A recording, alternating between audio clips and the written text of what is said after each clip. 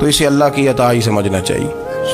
کچھ لوگوں کے پاس علم ہوتا ہے پر علم نافع نہیں ہوتا، وہ ٹامک ٹونجا مارتے رہتے ہیں ساری زندگی۔ علم کو اللہ کی عطا سمجھیں، اپنی عقل پر اپنے شعور پر زیادہ بھروسہ نہ سمجھیں، نظر اللہ پہ رکھیں۔ حضرت مولا علی شیر خدا کرم اللہ تعالی وجہہ الکریم سے کسی نے پوچھا تھا بڑا عالم کون ہوتا ہے؟ ہمارے ہاں تو اب وہ والے عالم پائے جاتے ہیں نا، اللہ ماشاءاللہ، جو ممبر پہ بیٹھتے ہیں تو دعوے ہی دعوے ہیں، ممبر پہ بیٹھتے ہیں تو دعوے ہی دعوے ہیں۔ اس طرح کے عالم ہمارے ہاں پائے جاتے ہیں، وہ ہر بات میں دعویٰ کرتے ہیں، میں یہ کر دوں گا، میں وہ کر دوں گا۔ یہ مزاج علماء کا نہیں۔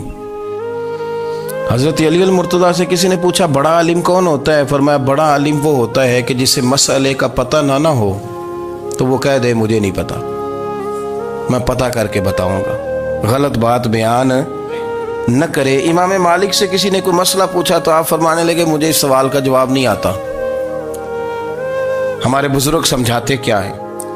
وہ کہنے لگا آپ اتنے بڑے امام ہیں تو اس سوال کا جواب نہیں آتا۔ آپ فرمانے لگے اگر مجھے ہر سوال کا جواب آتا پھر تو میں خدا ہوتا، مجھے ہر سوال کا جواب نہیں آتا، مجھے تو اتنا آتا ہے جتنا میرے رب نے مجھے عطا کر دیا ہے۔ اپنی نظر اللہ پہ رکھیں، نکل آئیں اس معمے سے باہر کہ میں کوئی بلا ہوں، مجھے بڑا پتہ ہے، میرے پاس 6 ڈگریاں ہیں، مجھے 10 جگہ پہ تدریس کا شغف حاصل ہے، اس سے نکلیں باہر۔ قرآن مجید دیکھیے گا، اللہ تعالیٰ نے ارادہ قدرت فرمایا کہ میں حضرت آدم کو بناؤں گا، پھر بنانے کے بعد فرمایا فرشتوں سجدہ کرو آدم کو، سب نے سجدہ کیا الا ابلیس ابا واستکبر وکان من الکافرین، سب نے سجدہ کیا سوائے ابلیس کے، اس نے انکار بھی کیا، تکبر بھی کیا اور کافروں میں سے ہو گیا۔ تو یہ جب اللہ تعالیٰ نے سجدہ کرایا تو کیسے کرایا؟ اللہ تبارک و تعالیٰ نے نا حضرت آدم کو علم سکھایا خود، وعلم آدم الاسماء کلہا، خود اللہ فرماتے ہیں کہ میں نے جناب آدم علیہ السلام کو تمام اشیاء کے نام سکھائے، سب اشیاء کے نام سکھائے۔ تو وہ چیزیں پھر میں نے نا، اللہ فرماتے ہیں میں نے فرشتوں پہ پیش کی، میں نے کہا کہ بتاؤ ان کے نام کیا ہے، تو فرشتوں نے جو جواب دیا ہے وہ سمجھنے والا ہے۔ اللہ نے چونکہ خود علم سکھایا تھا حضرت آدم کو، جناب آدم سکھایا تھا، لیکن فرشتوں کو نہیں سکھایا تھا۔ تو اللہ کریم نے فرمایا فرشتوں اب یہ بتاؤ ان چیزوں کے نام کیا ہیں؟ تو فرشتے کیا کہتے ہیں؟ فرشتے عرض کرتے ہیں قالوا سبحانک لا علم لنا۔ آپ کبھی یقین کریں اس چیز کی لذت لیں تو مزہ آ جائے۔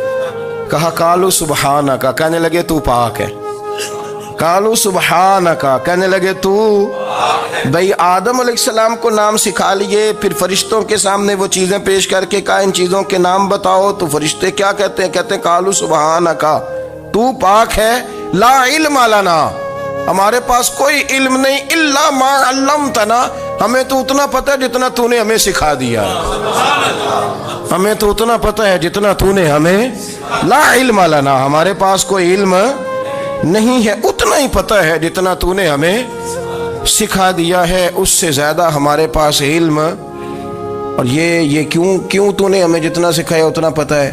فرشتے یہ نہیں کہتے یا اللہ تو زیادہ سکھا، آدم کو دیا تو ہمیں بھی دے، یہ نہیں فرمایا، فرمایا انک انت العلیم الحکیم، اے اللہ تو علم والا بھی ہے اور حکمت والا بھی ہے، تجھے پتہ ہے کس کو کتنا دینا ہے، جتنا تو نے مناسب سمجھا جناب آدم کو دیا، اور جتنا تو نے بہتر سمجھا وہ تو نے ہمیں عطا فرمایا۔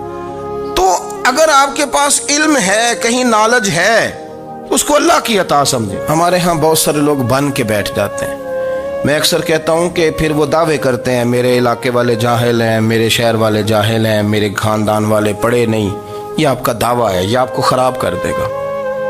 ہم نے بہت سارے ایسے لوگ دیکھے جو بہت بڑے عالم تھے، لیکن اللہ جب لینے پہ آیا تو عقل ہی لے گیا، شعور ہی چلا گیا، حافظے ختم ہو گئے۔ آپ دیکھتے ہیں بڑھاپے میں کچھ لوگ ایسے ہوتے ہیں کہ جن کو یہ بھی یاد نہیں رہتا کہ میرا نام کیا ہے، میں کہاں ہوں، مجھے کدھر جانا ہے۔ تو اس وقت سے اللہ کی پناہ مانگیں اور اپنی نظر اپنے رب کریم کی جانب رکھیں، اللہ کی جانب اپنی نظر کو مبذول رکھیں۔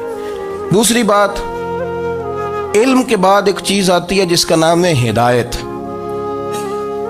جس کا نام ہے تقوی، جس کا نام ہے پرہیزگاری، جس کا نام ہے عمل، عبادت، ریاضت۔ یہ بھی اسی وقت ہی نصیب ہوتی ہے جب میرا رب کریم نصیب فرما دیتا ہے۔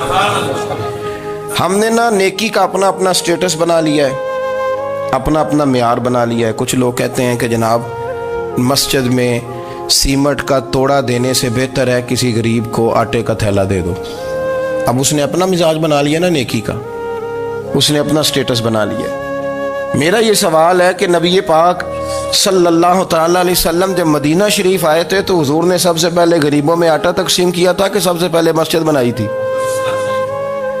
کیا عجیب لوگوں کا رنگ ہے، اپنی مرضی کی ہدایت، اپنی مرضی کا تقوی، اپنی مرضی کا معیار۔ مسجد کوئی بڑا چھوٹا خطیب بھی میری طرح کا ہو نا تو وہ مسجد میں بیٹھ کے جب نبی پاک کی بات کرتا ہے تو کہتا ہے میرے رسول پاک غریبوں کا سہارا بن کے آئے۔ وہ غریبوں کی بات کرتا ہے، مسکینوں کی، لاچاروں کی، کمزوروں کی بات۔ تو مسجد ہی تو وہ ادارہ ہے جہاں سے غریبوں کی بات ہو رہی۔ تو اب لوگوں نے غریب کو اور مسجد کو لڑانا شروع کر دیا، اس کو لڑاؤ کہ مسجد میں پیسے دینے سے بہتر ہے آپ غریب کو آٹے کا تھیلا دے دیں۔ آپ یہ کیوں نہیں کہتے کہ مسجد میں بھی آپ توڑا دیں ایک سیمٹ کا اور ساتھ غریب کو بھی خدمت کریں؟ یہ کیوں نہیں تقویٰ؟ اپنی اپنی مرضی کا مزاج، اپنی اپنی۔ کچھ لوگ کہتے ہیں چھوڑو جی، ساری زندگی انسان نماز پڑھتا رہے اور پھر گالیاں بھی دیتا رہے، بندہ داڑھی بھی رکھ لے اور جھوٹ بولنا بھی نہ چھوڑے۔ تو یہ آپ نے اپنے پاس سے تقوی کا معیار بنایا ہے۔ گالی دینے کا گناہ ہے اور داڑھی رکھنے کا ثواب ہے۔ تو اگر آپ داڑھی رکھے ہوئے ہیں اور آپ کوئی غلطی کر رہے ہیں تو اس سے آپ کی داڑھی کا ثواب ختم۔ اللہ کرے آپ کو سمجھ آئے میری بات۔ آپ کوئی غلطی کر رہے ہیں، داڑھی کا ثواب اس سے ختم، وہ اپنی جگہ پہ قائم ہے چیز۔ اپنی مرضی کا کیوں تقوی کا معیار بناتے ہیں؟ تقوی کا مزاج اپنی مرضی کا نہ بناؤ۔ اللہ کی بارگاہ سے دعا مانگو کہ یا اللہ ہمیں ہدایت کا نور عطا فرما، اللہ تو ہمیں رستہ دکھا، تو بتا کہ ہدایت کیا ہے۔ تو رب فرماتا ہے اللہ ولی الذین آمنوا، اللہ مومنوں کا مددگار ہے، یخرجہم من الظلمات الی النور، وہ انہیں اندھیروں سے نکالتا ہے اور نور کی طرف روشنی عطا فرماتا ہے۔ اندھیروں سے نور کی طرف اللہ لاتا ہے۔ اللہ ولی، اللہ مومنوں کا ولی ہے، وہ انہیں اندھیروں سے نور کی طرف نکالتا ہے۔ ہدایت ہمیشہ اللہ کی طرف سے سمجھے۔ جب وہ نماز کی توفیق دیتا ہے تو اپنے فضل سے دیتا ہے، جب وہ ذکر کی توفیق دیتا ہے تو اپنے فضل سے۔ ہم سمجھتے ہو جی فلانا نہیں پڑھ رہا بڑا بیوقوف ہے، فلانا نہیں پڑھ رہا، تو تم کیا اپنی عقل کے زور پہ پڑھ رہا ہے؟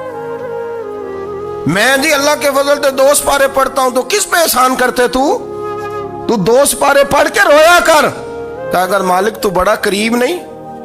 بڑے لوگ ہیں جن کو پورا قرآن حفظ ہے پر انہیں پڑھنے کی توفیق نہیں، تو انہیں فضل کیا اور مجھے توفیق دے دی ہے پڑھنے۔ رویا کر، پڑھ کے رویا کر، راتی ساری کر کر زاری، وہ نیند اکھاں تھی توندے تے فجرے اوہی گناہگار کہاون سب تو نیوے ہوندے۔ مہربانی کریں، ڈریں، نیکی کریں تو پھر ڈریں، پھر احساس پیدا کریں، پھر اپنے اندر وہ کمزوری لائیں کہ توبہ توبہ مجھے تو پتہ ہی نہیں، تو جانتا ہی نہیں۔ حضرت سیدنا امام اعظم ابو حنیفہ رحمۃ اللہ تعالی علیہ کے ساتھ ایک شخص کہتا میں نے نماز پڑھی تو عشاء کی نماز تھی۔ یہ جو لوگ بڑے ہوتے ہیں نا، جن کے پیار کرنے والے بڑے ہوتے ہیں، ان کے گرد خوف بھی بڑا ہی ہوتا ہے، انہیں بڑا ڈر لگتا ہے، بڑی بعض اوقات آزمائش ہوتی ہے ان کی۔ عشاء کی نماز کہتے پڑھی تو امام صاحب نے نا عشاء کی نماز میں تلاوت کی آیتیں فَمَن يَعْمَلْ مِثْقَالَ ذَرَّةٍ خَيْرًا يَرَهُ وَمَن يَعْمَلْ مِثْقَالَ ذَرَّةٍ شَرًّا يَرَهُ، فرمایا جو ذرہ برابر خیر کرے گا وہ بھی قیامت میں دیکھے گا، اور جو ذرہ برابر شر کرے گا وہ بھی قیامت میں اس شر کو دیکھے گا، اس کے سامنے آئے گا۔ تو وہ شخص کہتا ہے کہ سارے لوگ نماز پڑھ کے چلے گئے تو امام صاحب رحمۃ اللہ علیہ نے اپنی داڑھی پکڑی، رو رہے ہیں، کہتے ہیں وہ ذرہ برابر نیکی کا بدلہ دینے والے، وہ ذرہ برابر شر پہ سزا دینے والے میری سفید داڑھی کو دیکھ، مالک میرے ذرے ذرے سامنے نہ لانا، لوگ تو میری بڑی قدر کرتے ہیں دنیا، میں تو بڑا پہچانا جاتا ہوں، لوگ تو میری راہوں میں پھول لیے کھڑے ہوتے ہیں، مجھے بڑا نوازتے ہیں، قیامت میں رسوا نہ کر دینا، میرے لیے مشکل ہو جائے گی۔ وہ کہتے ہیں میں نے امام صاحب کا درد دیکھا، مجھے کوئی کام تھا تو میں چلا گیا، میں نے کہا کہ وہ اس وقت اللہ کے حضور حاضر ہیں تو میں دوبارہ آؤں گا، کہتے میں تہجد کا وقت آیا تو امام صاحب وہیں بیٹھے تھے اور ان کی داڑھی آنسوؤں سے بھری ہوئی تھی اور زور سے داڑھی پکڑی ہوئی، کہنے لگے مالک رسوا نہ کر دیں، قیامت میں رسوا نہ کر دیں۔ یار جو ہدایت یافتہ لوگ تھے وہ تو ڈرے ہوئے تھے، وہ تو سہمے ہوئے تھے، وہ تو کہتے تھے یہ اس کا فضل نہیں، اس نے بلا لیا، یہ اس کا کرم نہیں۔ حضرت بایزید بسطامی کسی کافر کو دیکھتے تو رو پڑتے، کہتے مالک تو کتنا کریم ہے، یہ بے ایمان رہ گیا، تو نے اپنے فضل سے مجھے اپنے نبی کا غلام بنا لیا، وہ رو پڑتے۔ یہاں تو لوگوں کا دعویٰ ہی بڑا ہے، نمازی اللہ خیر فرمائے وہ تو دوسروں کو گھورتا ہے، وہ کہتا ہے جنت کا میں مالک ہوں، کنجیاں میرے پاس ہیں، میں کسی اور کو گھسنے نہیں دوں گا، اور اگر 2-3 حج کر لے تو پھر تو وہ کہتا ہے کہ اب میرے سے پوچھ کے لوگ جنت میں جائیں گے معاذ اللہ، اور اگر وہ 2 4 5 7 دفعہ کوئی نفل پڑھ لے تو پھر وہ کہتا ہے چھوڑیں جی سارے لوگ بے عمل ہیں، میں اکیلا نیک ہوں۔ نہ ایسا کریں، اپنی توجہ اپنے رب پہ رکھیں، اپنی توجہ اپنے معین الملت والدین، عطائے رسول، ہند الولی، غریب نواز، خواجہ معین الدین چشتی، حضرت خواجہ اجمیر، شاہ اجمیر، شاہ اجمیر، والی ہندوستان، آخری عمر میں نا سارا دن روتے گزر جاتا، ساری رات روتے گزر جاتے، ذرا سی کوئی بات کرتا تو رو پڑتے، آنکھیں آنسوؤں سے بھری رہتی۔ کئی دفعہ اپنے بھی پریشان ہو جاتے ہیں نا کہ یار تو ایک بات کی جان ہی نہیں چھوڑ رہا، تو خواجہ قطب الدین صاحب بختیار کاکی سے لوگوں نے کہا کہ آپ مرشد سے بات کریں، اتنا بھی تو نہیں نہ رونا چاہیے، ہر وقت اس کے آنسو کی کریے، عاشق دا کام ہی رونا تونا، تے بنا رویوں نہیں منظوری، یہ عاشق سدا ہی روندا رہندا ہے، پاویں وصل ہوئے تے پاویں دوری، ہر وقت رونے کا کیا مطلب ہے؟ تو خواجہ قطب صاحب کہتے ہیں میں قریب گیا تو میں نے پیر دبائے، میں نے کہا سونیا لوگ تو کچھ بھی نہیں کرتے، تو نے تو کمال کر دیا، 90 لاکھ آدمی مسلمان کر دیا، دنیا کچھ نہیں کرتی، تو نے 50 سال ساری رات مصلے پہ بیٹھ کے رب راضی کیا، تو شہزادہ تھا، حضور کی اولاد تھا، لیکن معین الدین تیرا ایک پلاٹ بھی نہیں، تو نے طالب علم پالے، انہیں غریبوں کو دیا، انہیں نوازا، کوئی شے نہیں تیرے پاس، ہر چیز تو نے، ساری رات روتے ہو، سارا دن روتے ہو۔ تو خواجہ قطب الدین صاحب کہتے ہیں میں نے جب عرض کیا تو خواجہ صاحب مجھے گلے لگا لی، چیخ مار کے روئے، کہنے لگے قطب الدین پتر داڑھی سفید ہو گئی، جانے کا وقت آ گیا، جو تو نے نیکیاں گنوائی ہیں وہ ہیں صحیح میرے پاس، پر یار کی بارگاہ میں پیش کرنے کے قابل ایک بھی نہیں، ایک بھی نہیں، تو بارگاہ تو دیکھ کتنی بڑی ہے، رسول کریم کی بارگاہ میں پیش کرنے کے قابل ان میں سے ایک بھی نہیں، تو آستانہ دیکھ کتنا بڑا ہے، کیا پیش کروں گا، کیا عرض کروں گا حضور کی بارگاہ میں، کس طرح؟ وہ یار جو بڑے تھے وہ تو ڈرے ہوئے تھے، سہمے ہوئے تھے، وہ تو بڑی آزمائش میں تھے، لیکن میرا اور آپ کا رٹا 2 نمازیں پڑھ کے 6 نمازوں کا دعویٰ کرنا اور لمبی چوڑی کہانیاں بنانا اور اپنے منہ سے اپنی تعریفیں کرنا، اس سے تھوڑا باہر آئیں۔ رزق بھی میرا اللہ ہی دیتا ہے، علم بھی اللہ دیتا ہے، رزق بھی۔ بڑے بڑے فقیروں کو مالدار ہوتے دیکھا، بڑے بڑے مالداروں کو فقیر ہوتے دیکھا، بڑے بڑے، میرے ایک بڑا سخی قسم کا سجن ہے، بڑا پیارا ہے، میں اسے سخی مانتا ہوں، میں نے اپنی پریشانیوں کے دنوں میں بھی اس شخص کو سخی دیکھا۔ ایک دن رات کو مجھے ٹیلی فون کر کے کہنے لگا کدھر ہو؟ میں نے کہا میں گھر ہوں۔ نہیں اکثر سفر میں ہوتے ہو نا؟ میں نے کہا طبیعت کیسی ہے؟ ٹھیک ہے، بس حال چال پوچھنا تھا۔ میں نے سمجھائی، میں نے کہا یار یہ کوئی مسئلہ ہے، ورنہ رات کے 2 بجے کوئی حال پوچھنے کو فون تو نہیں نہ کرتا، کوئی مطلب ایسا تو مسئلہ نہیں نا۔